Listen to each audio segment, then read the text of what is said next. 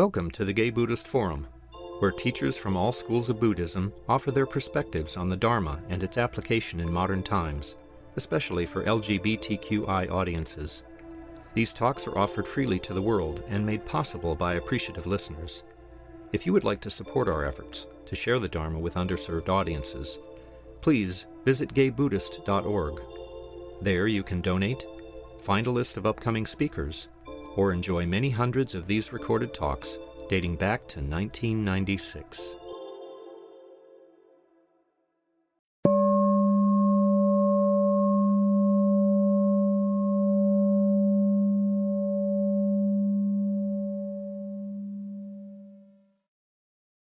Good morning, everyone. Welcome to the Gay Buddhist Fellowship. It is our custom to go around and say our names. My name is Cass. Greg. My name is Henry. Jen. My name is Stephen. Grisha. Matthew. Peter. I'm Brad. I'm George. Jack. Tony. My name is Mark.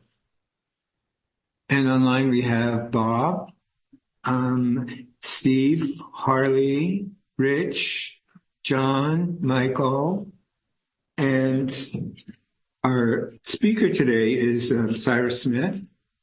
And Syra Smith is an artist, facilitator, and Dharma teacher interested in deep ecology and manifesting a culture where we can turn toward fearless abundance and generosity. Her grandmothers are Choctaw-Chickasaw and include those among the first free Black American women to own land in her country. Syra's studies and practices are deeply rooted in the heart and along the path toward awakening more fully to the truth of freedom in our lives.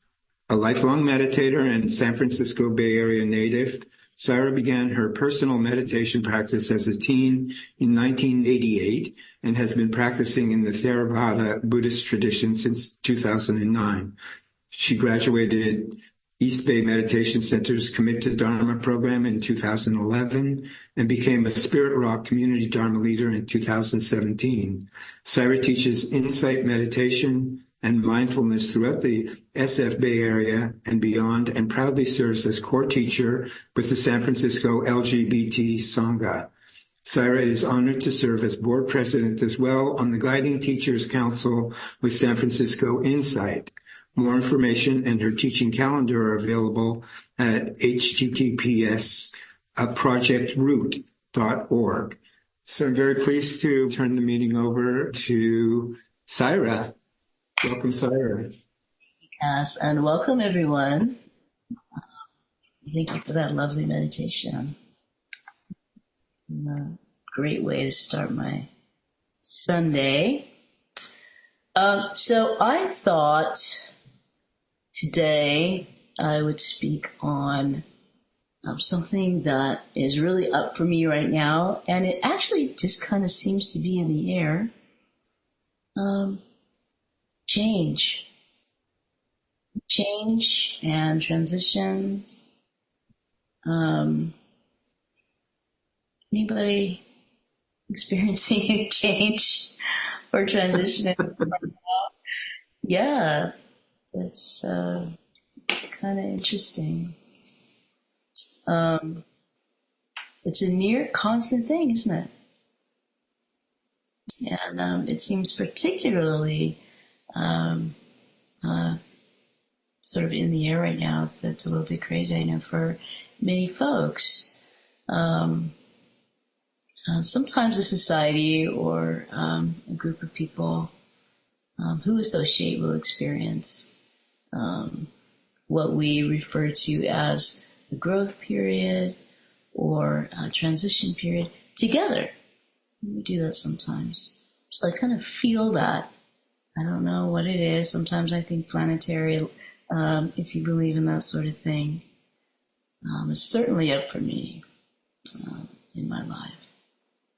And so we can sometimes experience this on a larger scale and on a personal scale. So I decided to touch on this morning. It's funny. So my partner got me into this AI thing, this chat GPT. I was really skeptical at first. I thought, oh no, they're just going to take all my data and they're going to, who knows what they're going to do, infiltrate my life in some way. But she convinced me that it was safe and they can't, they can't speak on anything in the current time. So they're always 2 years behind, and that's their security feature. But I asked the Chat GPT just these exact words to share about humanity's relationship to change. And that's what I said. And this is what it said.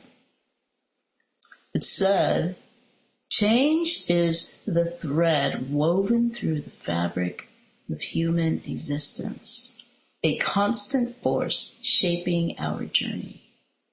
In transition, we navigate the spectrum of emotions, from the excitement of new beginnings to the discomfort of uncertainty. It's in these moments that growth unfurls, pushing us beyond familiar boundaries. Like a butterfly emerging from a cocoon, we transform, shedding old layers to reveal the evolving tapestry of our identity.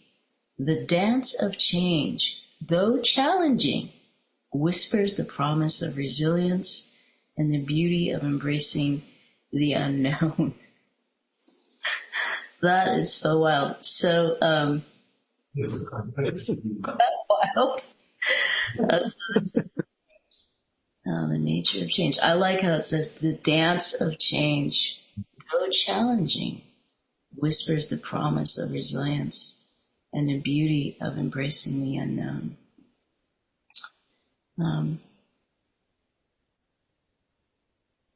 So this is what, as we know it in our practice. There's this. It's that old familiar impermanence. This is the dance of impermanence in life, and our relationship to it. As we go through times of transition, times of change and growth periods in life, no matter how old we are, no matter how much experience we gather in this life. That is one thing that is the constant, and it is change.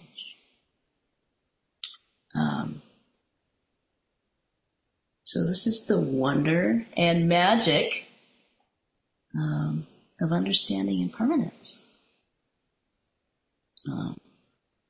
We know that in the words of our great Zen master Thich Nhat Hanh, we know that impermanence allows a seed to grow into a giant sequoia. Yes. If any seed that we planted were permanent, it wouldn't grow, it would never grow and change or release that secret inside, the secret of life. So impermanence allows this change to occur. So touching into the reality of the impermanence of all things is also touching into the reality of our potential for growth and our ability to blossom as humans, for our hearts to soften, for relationships to deepen, whatever it might be. And so, as we grow our capacity to hold our experiences in this light, it allows us to approach change and impermanence through a bit of a different lens, with perhaps a little more openness or harmony with changing conditions. And so when we do that, it's possible to have a sense of deeper freedom, or of being less bound by things.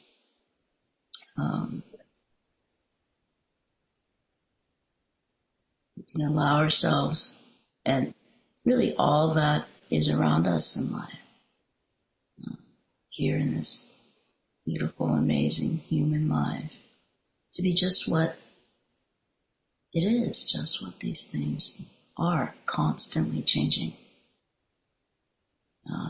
evolving, being born. And so can we hold our sometimes turbulent periods of transition in this life? Impermanence, we know it, anicca. It's the Pali word, anicca, for impermanence. Pali, of course, being the ancient language of the Buddha. A, meaning na, and nicca, meaning constant, continuous, permanent. So it's not constant, not permanent, anicca. And it's just referring to the fact that everything that occurs in this world is inherently subject to change, to arising and passing away.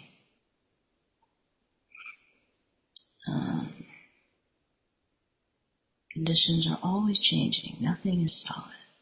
And this is central to central teaching in our tradition. So if we're talking about working with change, transition, growth, however it lands, we also have to talk about something that I'm sure is very familiar to each of you, and that is attachment and desire.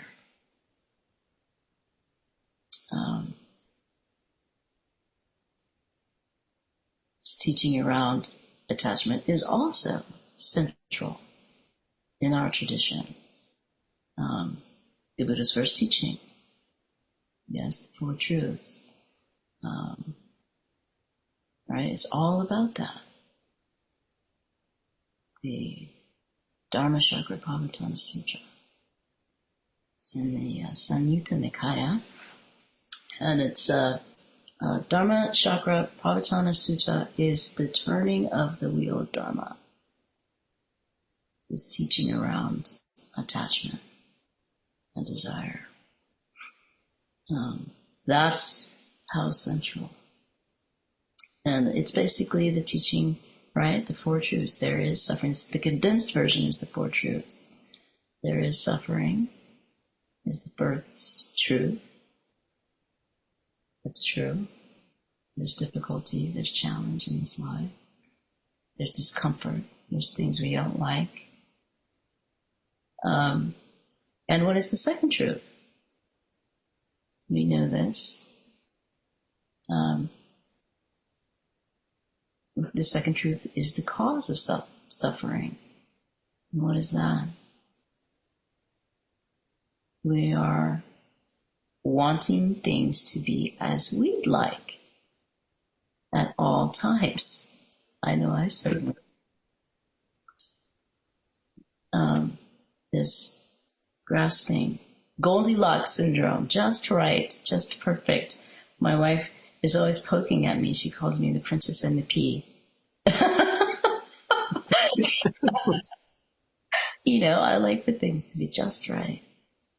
And I'm sure that resonates with many of us. It's holding on. It's being bound by, grasping and clinging. Grasping for what we don't have, right? Things we want, and clinging to things we do have that we don't want to let go. And this is desire and attachment. And the trouble is that things are constantly changing. So no matter how much we'd like to hold on to a thing or a circumstance or a relationship, our children, whatever it is, it's destined to cause discomfort, heartbreak, loss, grief, because it's just how things are. Heartbreak, disappointed, all related to this phenomenon. So can we open to the process of softening, opening to what is actually unfolding for us with a kind of patience and understanding for ourselves during these times, during times like sometimes things can just completely, in an instant, change for us. And how do we respond to that? I want to speak a little bit about birthing. And I want to just name that in our varying incarnations, the entire spectrum here, and in the world, the term or the idea of giving birth can be interesting. And certainly, a cisgendered female body in general is built for giving birth. And as humans, as integral parts of the woven tapestry of all things, all living things, we all birth, in a sense. Not only womb birth, we have heart birth.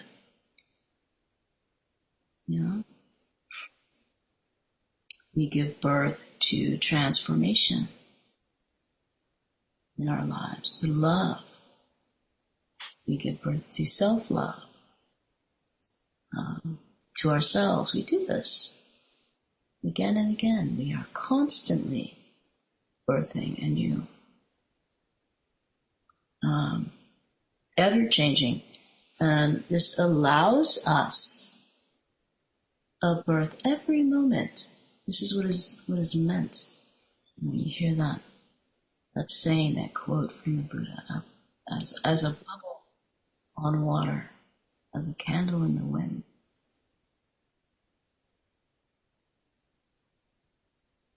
We're here in the present moment because each moment is a finite thing.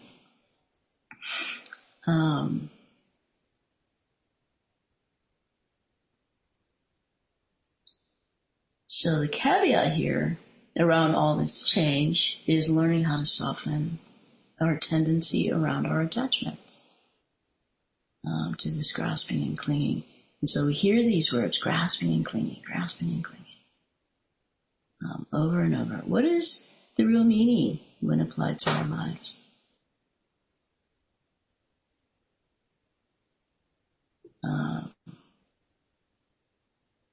The relationship that might have been better off ending months ago or years ago.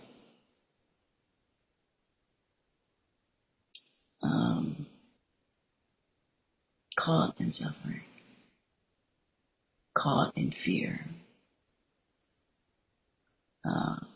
We do this. Swimming upstream, looking to attain things, all manner of things. And we all know there's no real lasting peace in that treadmill or hamster wheel that we find ourselves on in this life.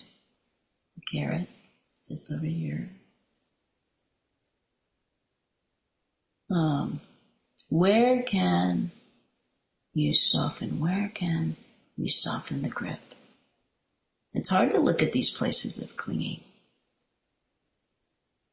Sometimes, whatever the circumstance, the boat. Sometimes the boat is actually sinking, and we just keep shoveling the water out.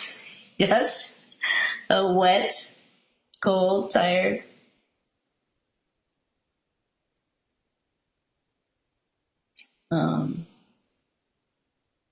So sometimes we are running through life in this kind of tunnel vision mode, fixed on this thing here that we believe will bring some happiness, some peace, this thing that we become affixed on, blinders.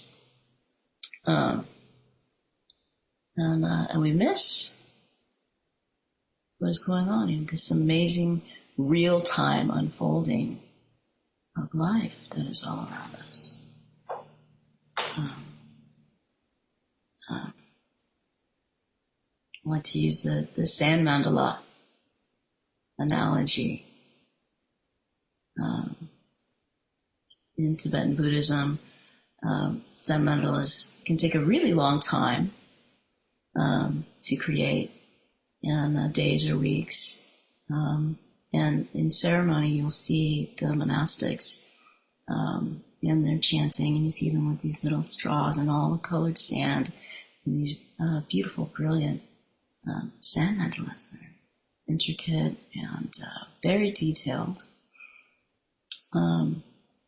And once they are complete, the mandalas are just destroyed.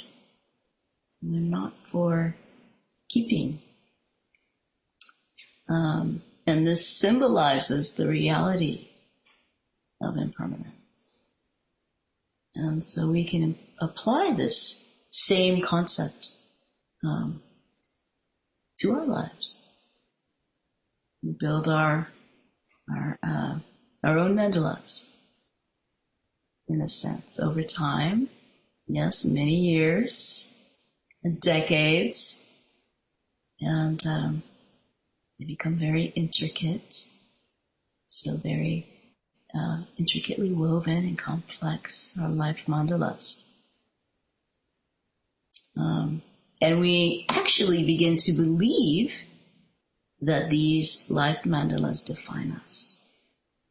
That this is who we are, this is who I am. This complexity can at times actually stifle us and hinder our growth and keep us from experiencing any sense of freedom. There is a very real freedom in this life that is truly yours. And so we just need to begin looking deeply in order to see the truth of what stifles us, maybe keeping us stuck, keeping us from engaging the vibrant spontaneity that is arising all around us in life in a meaningful way. Let's say in order to enter the living room, you gotta be willing to leave the kitchen. Yes? And open to new possibilities. Opening to new possibilities allows us this new birth. On a micro level, on a macro level, however you'd like to see it, there's a great freedom in that. I have a story to share with you. When I was a teenager, I think I may have been around 17 or 18 years old. I wasn't terribly wild. I wasn't like well, maybe some people may think I was, but I certainly wasn't very conformist. And so I had, some tribulations, some up and downs, sort of navigating in high school and so on. And so one summer, my mother thought it would be a good idea for me to go to spend some time in Hawaii with some friends and family. So we scrimped and saved, and we got the money together, and she sent me to Hawaii. And I away from my friend group and all, and I spent some time there with friends and family for the summer. And it was a beautiful experience. I've never been there before, and it was wonderful for me. And I was on the Big Island. And while I was there, I rented a mountain bike. just to get around to go and do what I wanted when I wanted. So I had this bike, and one morning I just went out. I went out on my own, and I used to ride around the town and kind of explore and so on.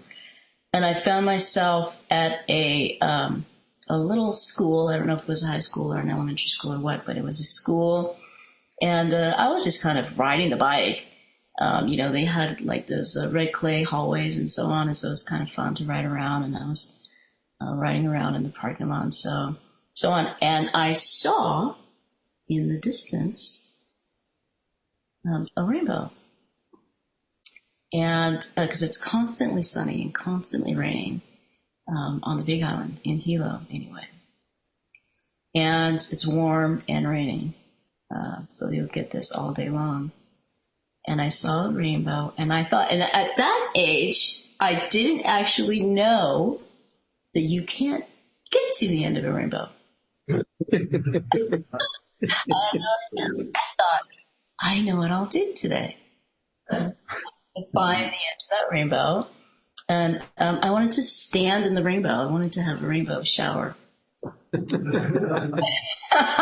And so this is what I imagined. And I had the whole day. So I took off. And I had quite an adventure. I had a lovely time. It was wonderful.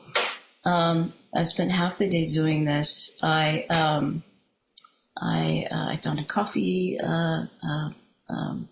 farm and cacao plantations where you could taste chocolate, and someone with sugarcane on the side of the road. It was so nice. I found horses in a meadow. It was so lovely just to interact. And one thing I noticed though was every time I thought I saw the rainbow touching down, I would get closer to it and it would just jump away. And I thought, oh, okay, just around the next bend. And so I would go around the next bend and, oh no, it's actually over this next bend. And so I would just keep going. And I thought at one point I saw it in the middle of this field. It was actually touching the ground. And so I dropped my bike. And if you know Hawaii, you know that, it's like moist and there's like a bush and so on. So I'm bounding through and, to go find this rainbow. And I notice that it's just gone now. It's basically across the ocean, like in the middle of the ocean. And I finally accept that it's a mirage. You can't find, and I get it, you can't find the end of the rainbow. And as I'm kind of swallowing this, getting this acceptance, I look up. It's like all of a sudden I'm here, and I'm standing in the middle of this field, and I notice that the rainbow is actually stretched out over me. And it was like this eerie, that eerie light that rainbows give off. And I'm just right underneath it. And it's almost entirely silent except for this breeze. And there's those weird little bugs that are buzzing. And I'm having this surreal experience. There's a cloud that's floating. It looks like I can almost touch it. And this light is shining down on me. And I'm looking up and you can see the rainbow. And I see that it looks like gases, although it's not. It's light, kind of flowing and melding into it. And the more that I look at it, the brighter it becomes, and it becomes a double rainbow. Mm. And so the minute that I let go of this fixed point that I had and become aware of what I actually am and what is actually happening for me, I have this experience. And so I have this moment, my little teen self. And I turn to go pick up my bike, and I want to get one more look at the rainbow. I turn around, and it begins to rain, and the rainbow is gone. So we have this have this in life. Same in life. We chase the rainbow. We want to get to the end of it. Impermanence allows us also to feel more deeply into appreciation or reverence for things. Gratitude for experience. We signed up for, I think it's, instead of ordering, what we want off the menu, it's more of I won't say set, but it's more of a surprise menu. And so can we have reverence, gratitude, appreciation for whatever's on the menu, whatever's coming, and get the whole thing. And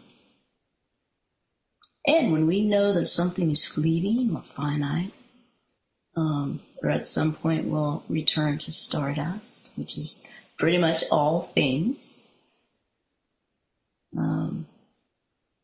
Every moment with it is precious. Every moment. A relationship, a passing love, this earth, this life, all the objects, of course, the double rainbows.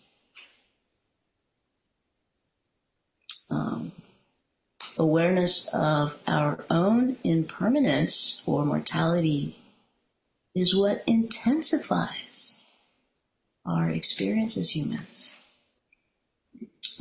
This human experience is finite. Eternity is infinite. The experience of time passing lies within us. Our time is finite. In a sense, in these bodies, little bodies. And that makes us feel vulnerable. We're vulnerable to old age. We are vulnerable to sickness. We are vulnerable to dying. And it's what gives us a sense of urgency about getting the most out of every moment. Yes, and that's why we want it to be exactly how we'd like it. And it can also inspire a reverence for every experience in this life. That sense of urgency can bring us to the extremes of our mind states, our emotions. This urgency. Really wanting happiness. Discarding, resisting, turning away from what we perceive as unpleasant or painful experience. So with this sense of not having the time to waste on all of that, right? And what's that garbage? Is any time spent in our human experience a waste? And if so, if yes, how so?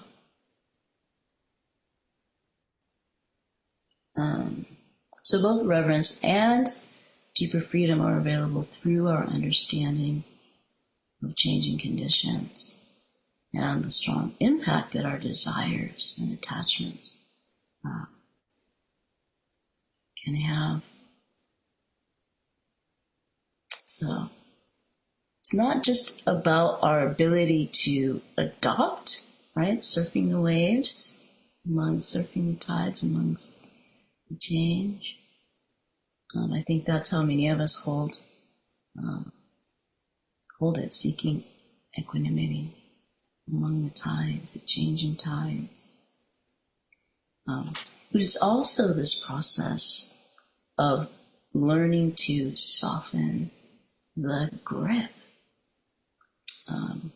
raising the eyes to new horizons. from agenda to adventure. That's how I like to hold it, to the possibility of freedom. We tend to naturally do this upon seeing the truth of things, seeing the truth of anything that binds us through this practice, through our practice. We deepen that ability, that capacity. Let me read something to you. Just a few more minutes here. This is from a book, Leaving It All Behind, from Aya Anandabodhi and Aya Santachita. And they say,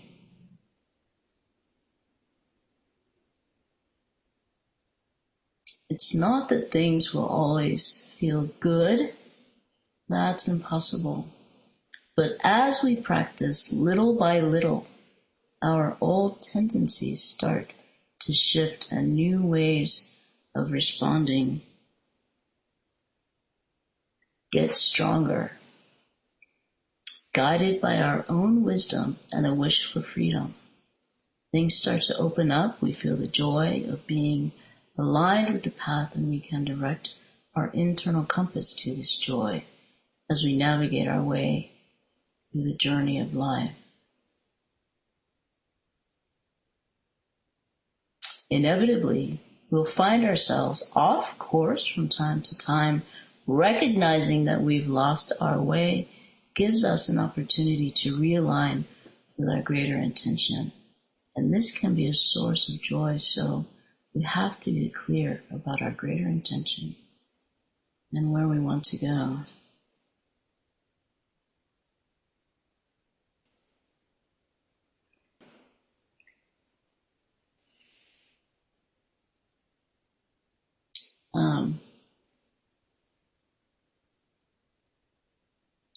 I've also been doing a bit of thinking around the Heart Sutra, Prajnaparamita. It's a sutta or a sutra in the Mahayana Buddhist tradition, originating in India some 2,000 years ago. Prajnaparamita. And this is having to do with our relationship to impermanence or emptiness, changing things, samsara. Prajnaparamita. Prajna means insight or wisdom, and param means the other shore, and ita means gone. And so it's the insight that brings us to the other shore. The insight that brings us to the other shore. It's our perfect understanding of the perfection of wisdom. There's also a female deity, there's a deity named Prajnaparamita. And she is the personification of perfected wisdom, also known as the Great Mother, eternity, ether. She's known to be self-born. So this all-encompassing being, the Great Mother, all things, ether. This is the understanding of this truth is the perfection of wisdom. And so she's said to be the mother of all Buddhas, because from perfected wisdom comes enlightenment. Yes, from which all Buddhas are born. So the insight of the Prajnaparamita is the ultimate truth, transcending all other truths, it's said. In the conventional sense, and it's considered by many to be the highest insight in the Buddhist traditions throughout. The perfect understanding of what is happening here, of the truth of reality. So this sutta teaches us about the journey from ether to ether. And all the stuff in between is what we tend to get in a tangle about. And this truth of emptiness, can also support us in softening around all that urgency that we get in a tangle about. It's everything all the time. Samsara is eternal. Samsara is happening cell by cell, leaf by leaf. Now, each moment, nature, the trees, the stars, constantly changing form. And this is the nature of all things. And this is the flow of samsara, the flow, the wheel of life. All around us, and it's endless. It is an eternal cycle, and it's happening now. Change. And so when we're in it,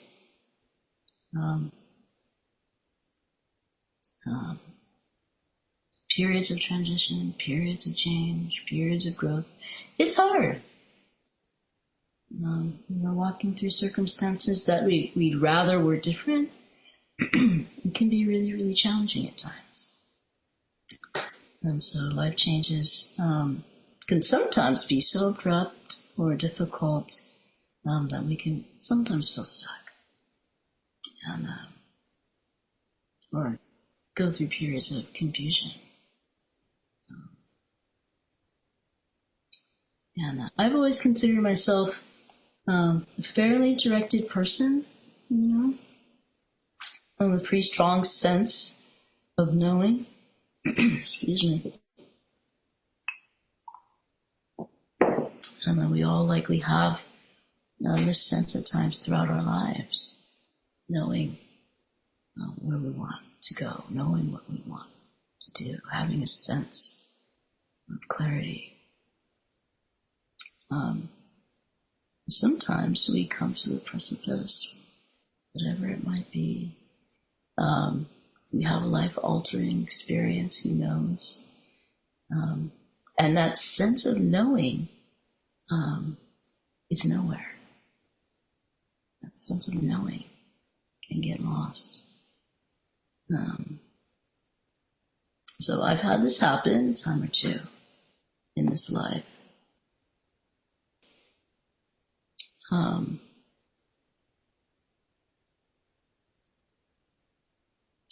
And where sometimes choices or possibilities aren't yet visible or clear to us. And this can happen. This happens to us. So there can be a gap, or can there be a gap? I like to look at these as an opportunity to explore the unbound, storyless self. When such situations should arise. The chapters are yet unexplored and written, and this can be a really powerful place. This type of space, this type of listening space. Can we hold those times with openness? And sit with that. And I have something from Rumi that I'd like to read you. And this is a poem called Silence. He says, "Last night I became mad. Love saw me and said, 'I am here, don't shout, don't wail, just be silent.' I said, 'Oh, love, what I fear is something else.' Love said, 'There is nothing else, just be silent. I will whisper divine secrets in your ear, just nod yes and be silent. I said, is this face angel or human? Love said, neither angel or human, just be silent. I said, I will lose my mind if you don't tell me, Love said. Then lose your mind and stay that way, just be silent. You who sit in this house filled with images and illusions, get up, walk out, go, and be silent. I love that. We always have this voice of love whispering here. We know we have that knowing as we are discerning. Sometimes we don't listen, but love is always whispering this path to us. So sometimes we simply listen within the emptiness. So what happens when you shut our own madness and listen to love? This is it can be change. Transition can be a time when all directions are open to us, and that's a powerful place. As long as we are willing to leave the kitchen. So I will stop there. And thank you so much for being here, for listening. And as you go, maybe holding for yourself some questions over the next week, some inquiries. How are you holding your transitions? And where has your heart grown wiser? Where has your heart grown wiser? It's very interesting looking into those places. So thank you so much. Thank you for having me. Thank you so much, Syra. Just a reminder, Syra's website is projectroot.org. So do we have some announcements? We have a host. You do. We do. Please stay and enjoy the company of the Sangha. There are refreshments and hot water for tea. If you use a cup, you can wash it and put it to dry, or I can take care of it. You can leave it in the sink. The Dana bowl will be out there next to the food. The suggested donation is $10 to $20, and it helps us pay the honorarium for our Dana speakers, rent this space, and produce and mail our quarterly newsletter, which is down mostly to people in prison. There is a newcomer sign-up sheet out of Denza. If you want to be included and receive our membership directory, please sign up with your contact information. Some people go to lunch after the meeting. Everybody's welcome, and the group meets around 12:30 at the front door. Thank you. Any other announcements? Our speaker next week will be Tetsugen Tom Baker, by the way. Okay, so we'll gather for the dedication of merit. Today we're going to include the monitor in our circle. And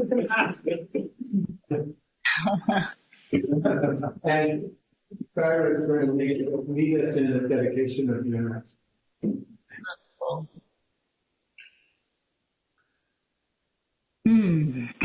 So,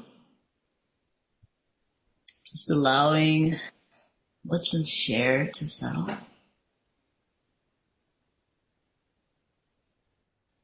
Energy of being together here in Sangha.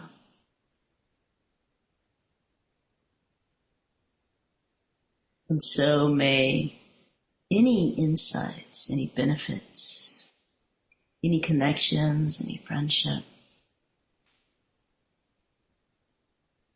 may we carry them with us, all that we've cultivated in our hearts, out into our lives, into the world, into all of our relationships, into our friendships, with all whom we may interrelate. May they ripple outward in all directions, reaching all beings everywhere. May all beings know the secret, the great secret of change and impermanence. and birth. May all beings know the great friendship, which is spiritual friendship and Sangha. May all beings know community and support and love. And may all beings walk the path to freedom.